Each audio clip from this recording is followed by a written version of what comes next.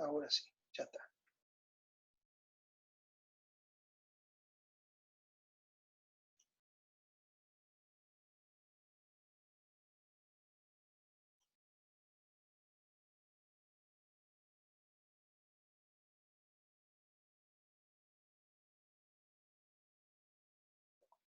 Esperen, porque aparece ese fondo verde que molesta, no sé por qué. Esperen un poquitito. Vamos de nuevo.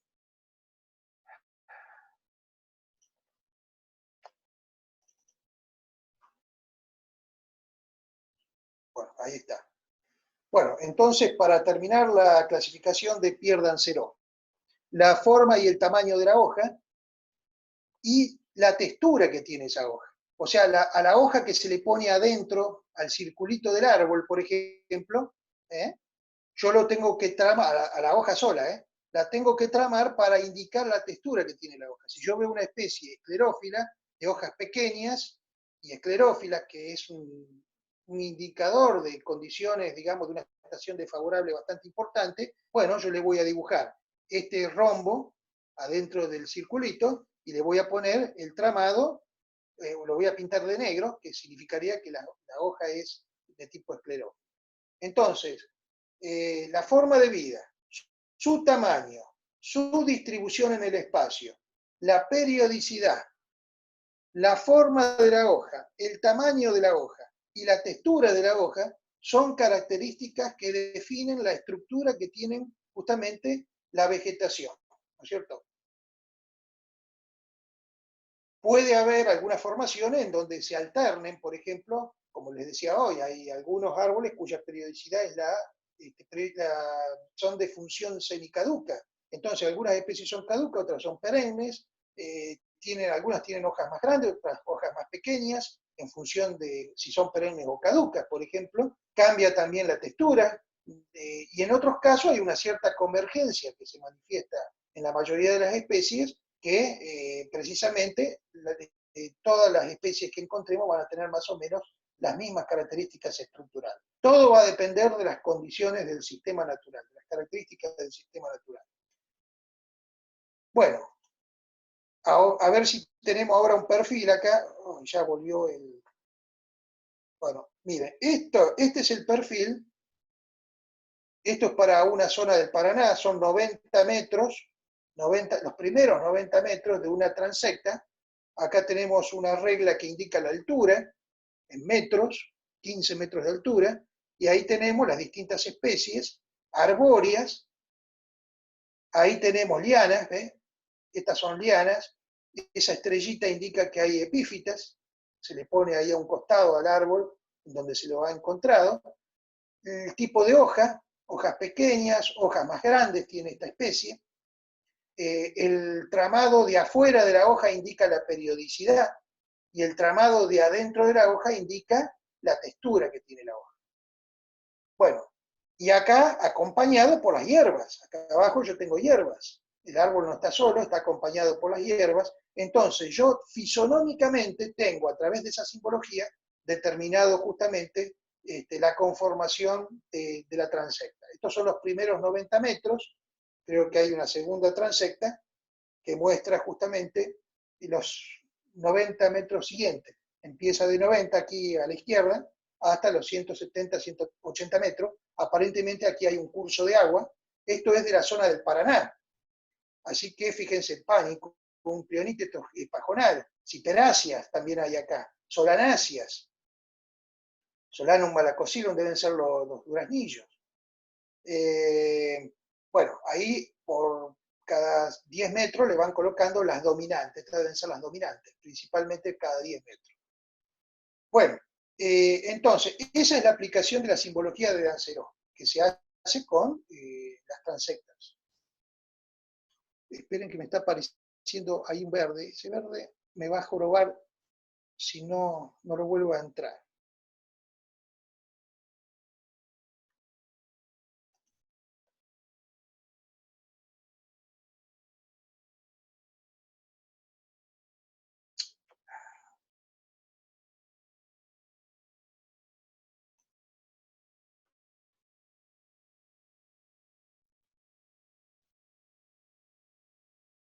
Bueno, Ahí está mejor. Oh. Bueno, se ve el power de todas formas, ¿no? Me aparece ese fondo verde Sí, se que ve. no lo puedo... ¿Eh? Sí, se Se ve. ve. Bueno, entonces, en definitiva, ya para sintetizar y empezar el análisis de las formaciones, el estudio con criterio fisonómico está basado en los caracteres estructurales que manifiesta la vegetación en su conjunto. Eso se simplifica viendo cuál es el porcentaje de cobertura, cuáles son las formaciones biológicas presentes, con las características que recién, de acuerdo a las dos clasificaciones anteriores, estuvieron viendo. Sin considerar la taxonomía, a lo sumo lo que se hace es, por ejemplo, mencionar las dominantes. Eso sí se hace, de hecho, vamos a mencionar algunas especies que son representativas de cada una de las formaciones. Lo que no vamos a hacer es un inventario florístico, eso no, todavía. Lo que sí se considera es el espectro biológico. ¿Cuáles son las formas biológicas dominantes? Según las dos clasificaciones que recién estuvimos viendo, la de Christian Ronquier y la de Pierre Dansereau. Pierre Dansereau es canadiense de habla francesa, no es francés, ¿no? A pesar del apellido francés que tiene. Es canadiense, era canadiense porque falleció ya. Ya falleció, imagínense ustedes que es una persona que falleció no hace mucho, pero ya como de 100 años. Bueno, entonces, a ver,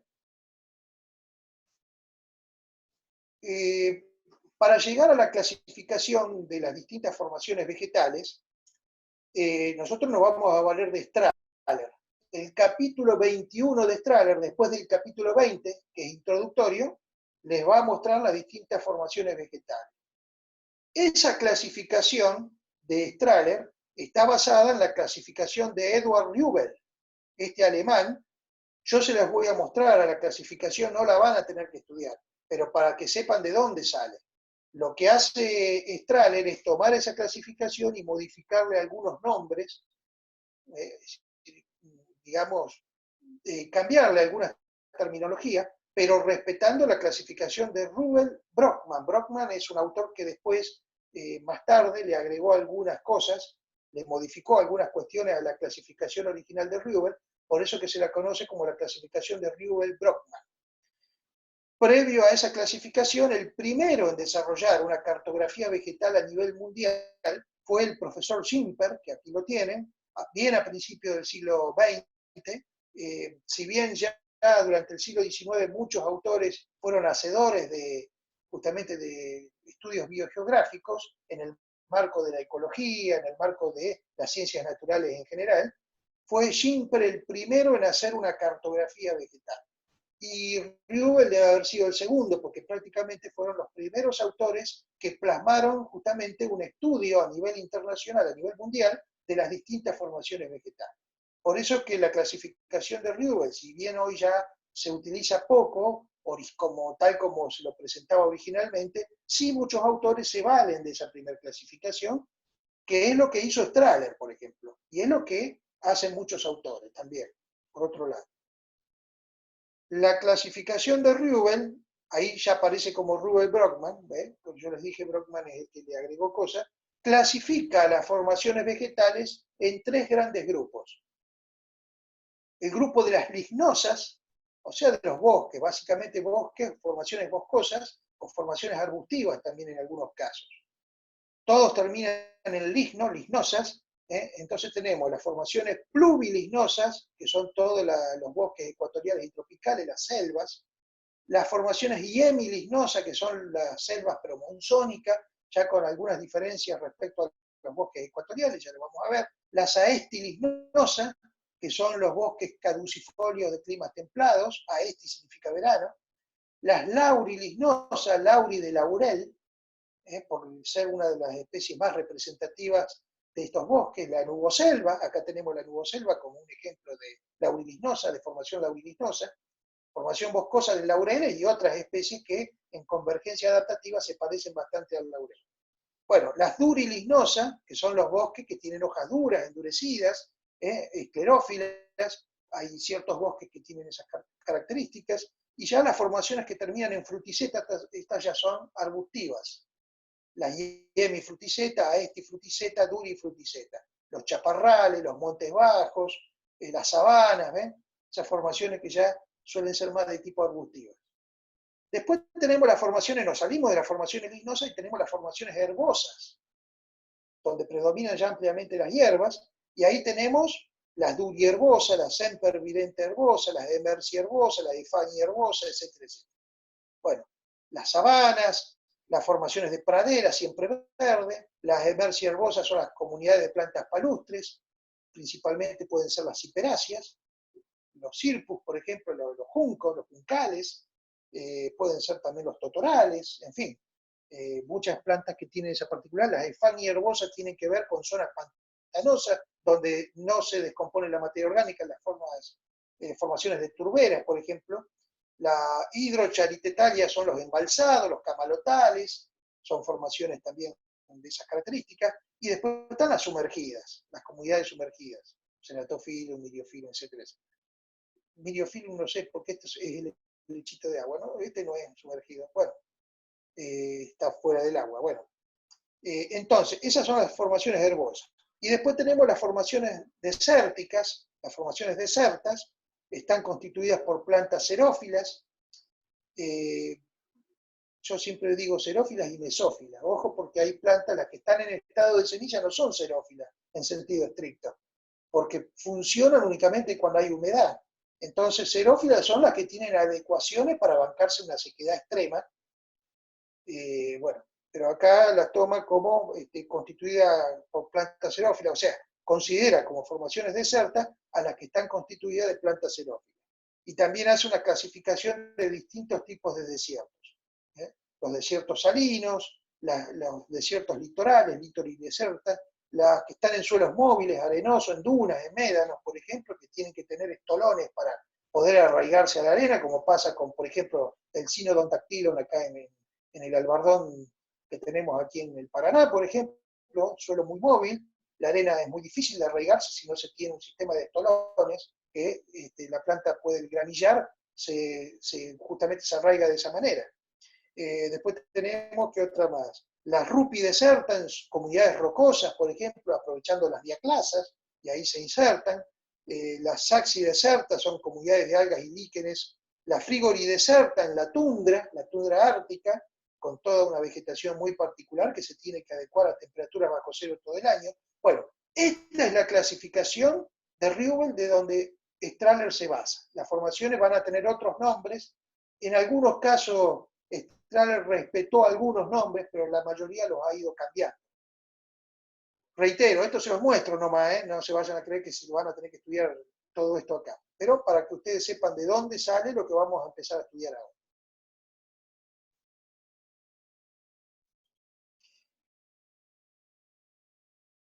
Bueno, entonces, Strahler hace una división corológica, más que corológica, bueno, sí, es corológica, porque es una división de la superficie terrestre de manera multicategórica, como veníamos haciendo también con el suelo, por ejemplo. Entonces, él divide a la biosfera en tres grandes biociclos, que acá están. Un biociclo es el que corresponde a las aguas marinas. Habitualmente el oceanógrafo es el que se encarga específicamente de estudiar esos sistemas. El biociclo de las aguas dulces, las aguas continentales, de los ríos, de los lagos, de las lagunas. La limnología tiene mucho que ver con esto.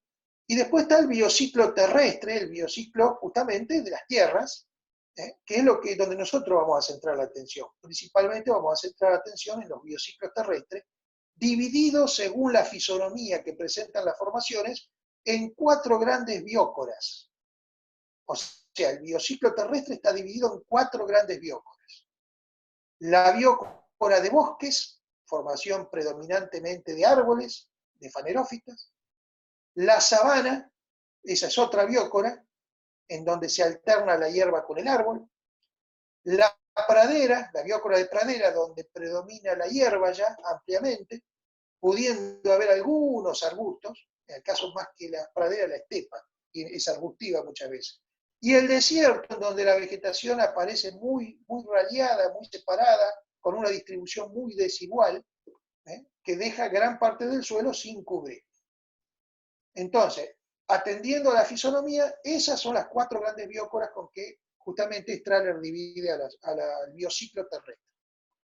Después, obviamente, cada una de estas biócoras está dividida en distintas formaciones, porque no todos los bosques son iguales, no todas las sabanas son iguales, ni las praderas ni los desiertos. Entonces, eso es lo que vamos a ver. Vamos a ir viendo los distintos tipos de bosques, sabanas, praderas y desiertos. Y si queremos ir más abajo, las formaciones, dentro de cada una de las formaciones vegetales, vamos a descubrir asociaciones o comunidades. La palabra asociación ya está como perimida, es una palabra vieja. Hoy se habla más de comunidades. Dentro de una formación hay comunidades. O sea, yo puedo describir una selva, pero bueno, en la selva hay distintas comunidades distribuidas de tal o cual manera atendiendo al gradiente de mayor o menor humedad, de mayor o menor altura, o según el sustrato que haya en el suelo, según otras alternativas, por ejemplo. Entonces, en una selva yo tengo claros, yo tengo zonas de vegetación muy enmarañada y espesa, puedo distinguir distintas asociaciones o comunidades vegetales que para eso ya se baja al otro criterio que es el taxonómico y se estudia desde ahí. Bueno, entonces, 4 biócoras. Acá las tenemos: bosque, sabana, pradera y desierto. Y para cada una de esas biócoras, ¿cuáles son las formaciones principales que podemos llegar a distinguir? Bueno, este cuadrito lo saqué de Strahler, lo tienen ahí, y ahora vamos a empezar a hacer una caracterización de cada una de estas, ubicándola, localizándola y haciendo una caracterización de cada una de estas formaciones que están aquí. Empezaríamos, a ver, bueno, ahí tenemos el mapa. Este es el mapa que trae Strahler en el PDF, yo supongo que debe estar. Estos mapas están en la parte de atrás del libro de Strahler.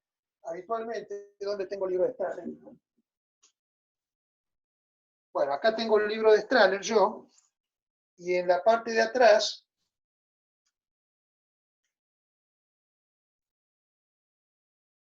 vamos a dejar descansar un poco acá el verde ese de fondo. Este es el libro de Strahler, ¿ve? Este es el que ustedes tienen ahí colgado, uno de los que tienen colgado, es una de las versiones.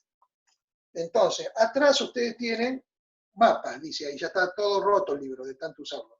Mapas. Y ahí tienen el mapa climático, el mapa fitogeográfico, son todos mapas que no sé si en el PDF está, no me fijé ese detalle, pero bueno, lo tienen acá escaneado y colgado en el PowerPoint de todas formas, así que lo tienen, lo tienen. Sí, a lo mejor está también.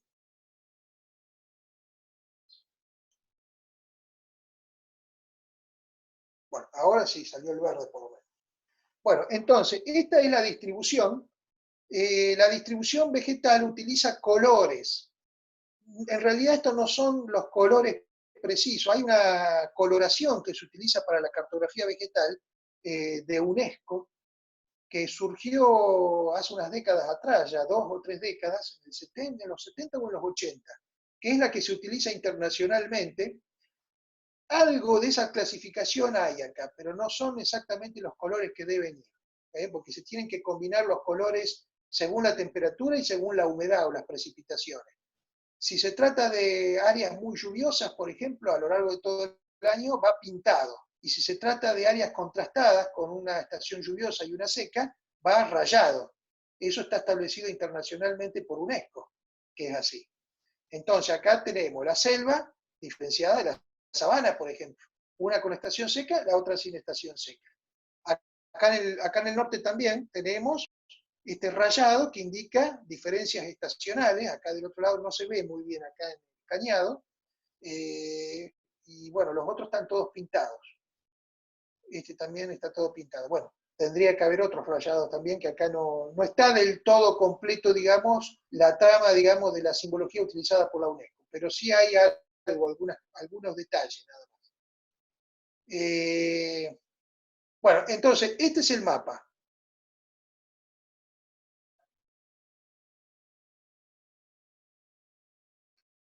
Bueno, vamos a empezar entonces con la primera biócora, que es la biócora de bosque.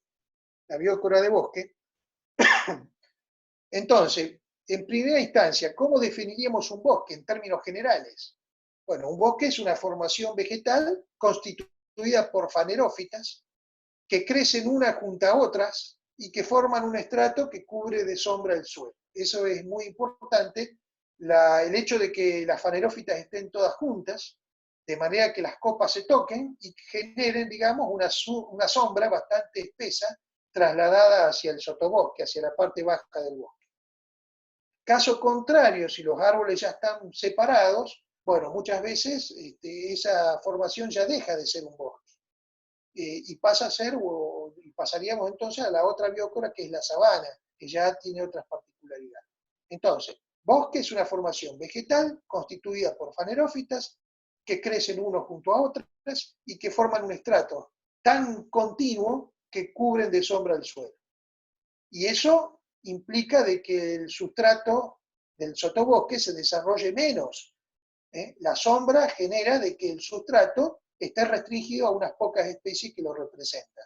No vamos a ver un césped tupido cubriendo el 100% del suelo en el sotobosque, obviamente, porque la sombra genera dificultades para el desarrollo de la fotosíntesis. Para que haya un bosque, ¿cuáles son las necesidades? Bueno, tiene que haber precipitaciones anuales relativamente elevadas. Obviamente, si hay formaciones arbóreas, se necesita de agua. No precisamente tiene que estar distribuida uniformemente a lo largo de todo el año esas precipitaciones. No es necesario. Pueden estar concentradas en una estación. No importa, el árbol tendrá las adecuaciones para la estación seca, pero sí tiene que haber un monto pluviométrico lo suficientemente importante como para sustentar justamente la presencia de un bosque.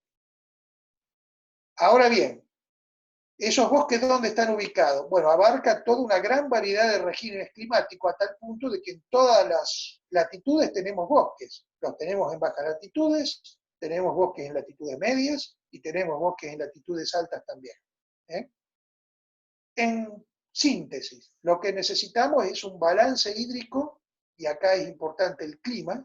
Lamentablemente en estas condiciones no sé si vamos a poder trabajar con balance hídrico, que es una de las actividades que hacíamos nosotros dentro de la cátedra, trabajar con dos clasificaciones, una bioclimática y la otra climática, en función de los valores de evapotranspiración potencial y real. Entonces veíamos para cada una de estas formaciones biológicas cómo era, en términos generales, el balance hídrico. Cuándo había agua en exceso y cuándo había faltante de agua, y cómo eso se manifestaba después en la fisonomía que presentaba la vegetación. Ese trabajo lo hacíamos estando en clase, en el aula, acá no es imposible hacerlo. Sí, a lo mejor si hay tiempo les muestro yo después un poco la clasificación en qué consiste, pero bueno, hacer cálculos no vamos a poder. Bueno, entonces, hay necesidad de un balance hídrico positivo, un balance hídrico anual. Vamos a hablar en términos anuales. No es necesario que estén uniformemente distribuidas las precipitaciones, pero al menos en una estación yo tengo que tener agua disponible en cantidad. Si no, es imposible de que pueda haber un bosque. Profe, ¿Sí? en la provincia de Santa Fe, lo que comúnmente se conoce como monte, ¿esos serían los bosques, o sea, los bosques? Bueno, lo que pasa es que está mal dicho, porque... Claro. ¿Qué pasó? Espera un poquitito. Bueno, mientras tanto voy hablando. En realidad la formación fitogeográfica de monte, es una formación arbustiva y no arbórea que se encuentra en el oeste de la República Argentina, regiones semiáridas áridas ya. La Rioja, San Juan, esas provincias. Nosotros le llamamos monte a, qué sé yo, por ejemplo, hablan mucho de monte los santiagueños para hacer mención a su bosque xerófilo. Los bosques xerófilos, por ejemplo, porque son xerófilos y a lo mejor más achaparrados y bajos, se le da esa mención de monte, pero en realidad no es un monte. El monte está más al oeste y es una formación no arbórea, sino arbustiva. A lo que se le llama monte en realidad es un bosque xerófilo, que puede ser representativo o formando parte de lo que nosotros conocemos como bosque chaqueño, por ejemplo, o provincia fitogeográfica del Espinal. que eso después lo Claro. vamos a ver. Pero no es un monte, estrictamente no es un monte.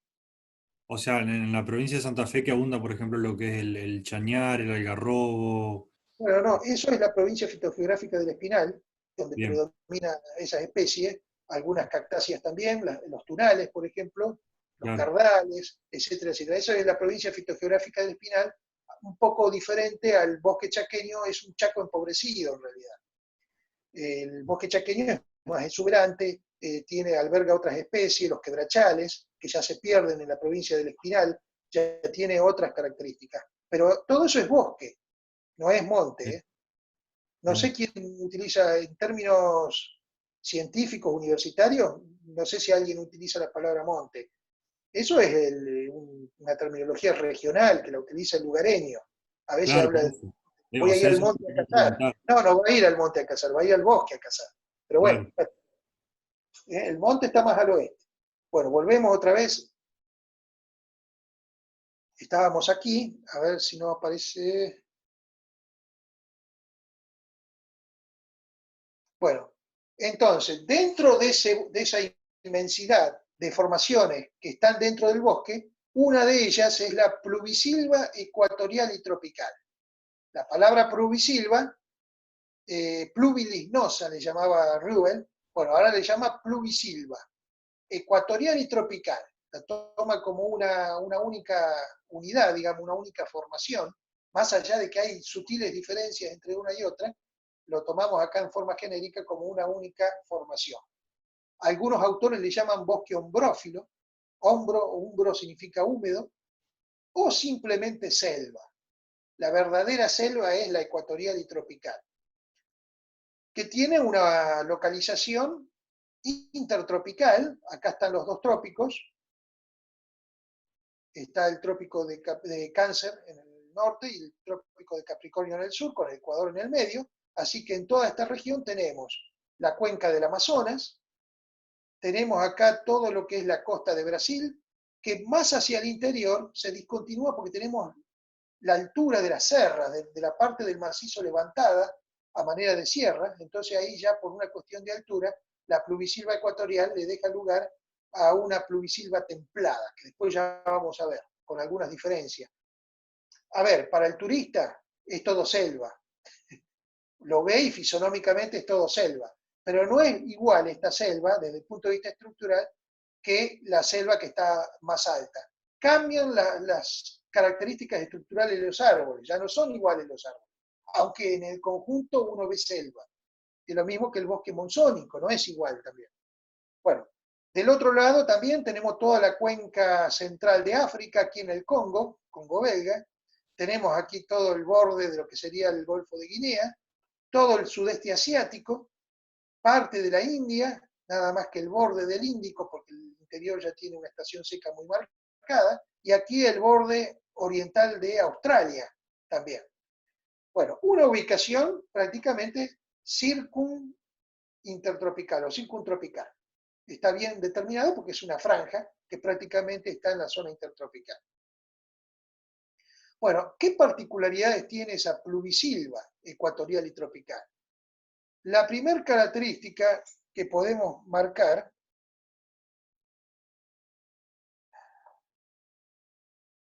ahí está, bueno, es la estratificación que presentan los árboles. Más que ninguna otra formación arbórea, aquí se presenta esta estratificación según las necesidades de luz y de sol, por ejemplo. Va a cambiar la estructura también, la fisonomía del follaje, pero tenemos un primer estrato, toda la pluvisilva tiene un primer estrato, el dosel de la selva, conformado por algunas especies emergentes que trepan a 40, 50, 60 metros de altura, que por estar en contacto directo con el calor tropical, tienen hojas un poco más pequeñas, obviamente, con una fisonomía distinta a las que están justamente en los estratos de más abajo. Un segundo estrato que ya se ubica en promedio más o menos en el orden de los 30 metros, que habitualmente suele ser el más denso y el que le imprime la sombra, el grueso de la sombra al sotobosque. Y un tercer estrato, a unos 15 metros, 20 metros aproximadamente, allí se ubicarían las palmeras principalmente, se ubicarían las cañas, la caña bambú, entre las especies más reconocidas, que ocuparían entonces el tercer estrato, que son los que tienen hojas más grandes. Los bananeros, por ejemplo, los plátanos, también están dentro de este tercer estrato, ya tienen una altura mucho menor. Bueno, y a esos tres estratos arbóreos le podríamos agregar un estrato arbustivo,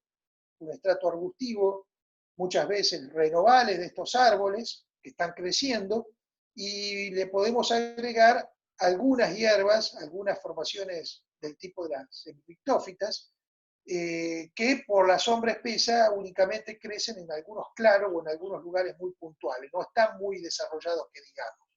En otras palabras, en la pluvisilva ecuatorial es tan espesa la sombra que el sotobosque se desarrolla poco y no se desarrolla entonces la jungla. Eso es la jungla. Cuando toda esta parte de abajo se desarrolla enormemente con arbustos, por ejemplo, enredaderas y todas esas cuestiones, se hace impenetrable. Acá nosotros tenemos una región que se llama el impenetrable dentro de un bosque chaqueño, nada que ver con la pluvisilva, pero cuando se desarrolla la jungla, es muy difícil de transitar por esas selvas que tienen jungla. En la pluvisilva ecuatorial y tropical hay humedad prácticamente todo el año. Llueve casi todo el año. Si hay una estación seca, esa estación seca dura un mes y medio nada más. Con toda el agua que se acumula en los meses anteriores, hay agua para sustentarse en ese mes y medio. No hay prácticamente estación desfavorable. ¿Cómo son las temperaturas en una pluvisilva ecuatorial y tropical? Uniformes a lo largo de todo el año. No hay un invierno marcado. Son temperaturas de 26, 27, 28 grados promedio mensuales que se mantienen a lo largo de todo el año. La amplitud de temperatura entre el mes más frío y el mes más cálido y está en el orden de 1 grado y medio nada más. Entonces yo voy en pleno invierno al Caribe o voy al norte de Brasil y me baño en el mar sin ningún tipo de problema porque sigue habiendo temperaturas durante el día de 30 y pico, 40 grados sin ningún problema. Uniformidad en temperatura y en cuanto a la distribución de las precipitaciones. Entonces, es tan espesa la formación arbórea que prácticamente la jungla no se desarrolla, la formación arbustiva y herbácea se desarrolla poco, muy poco.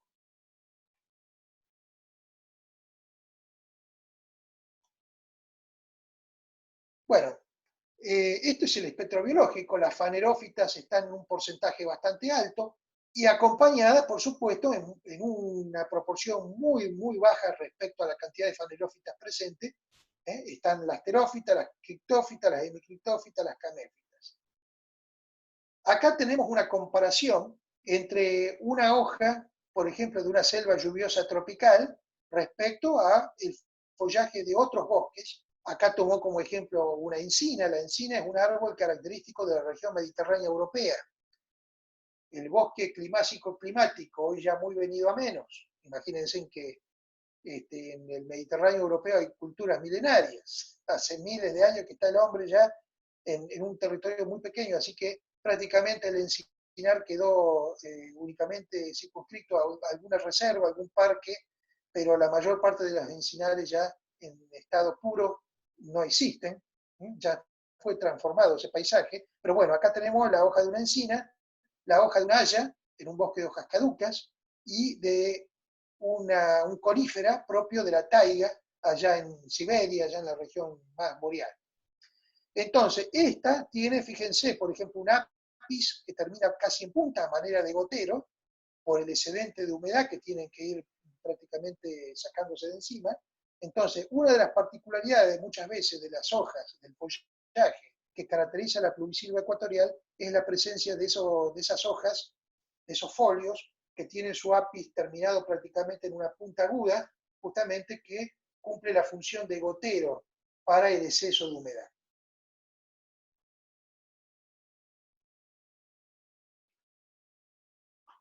La corteza suele ser muy atenuada, no tiene rugosidad porque el clima es muy uniforme. Entonces, fíjense que los árboles no tienen una corteza con una rugosidad que se manifiesta así cuando ya hay una estación seca, por ejemplo.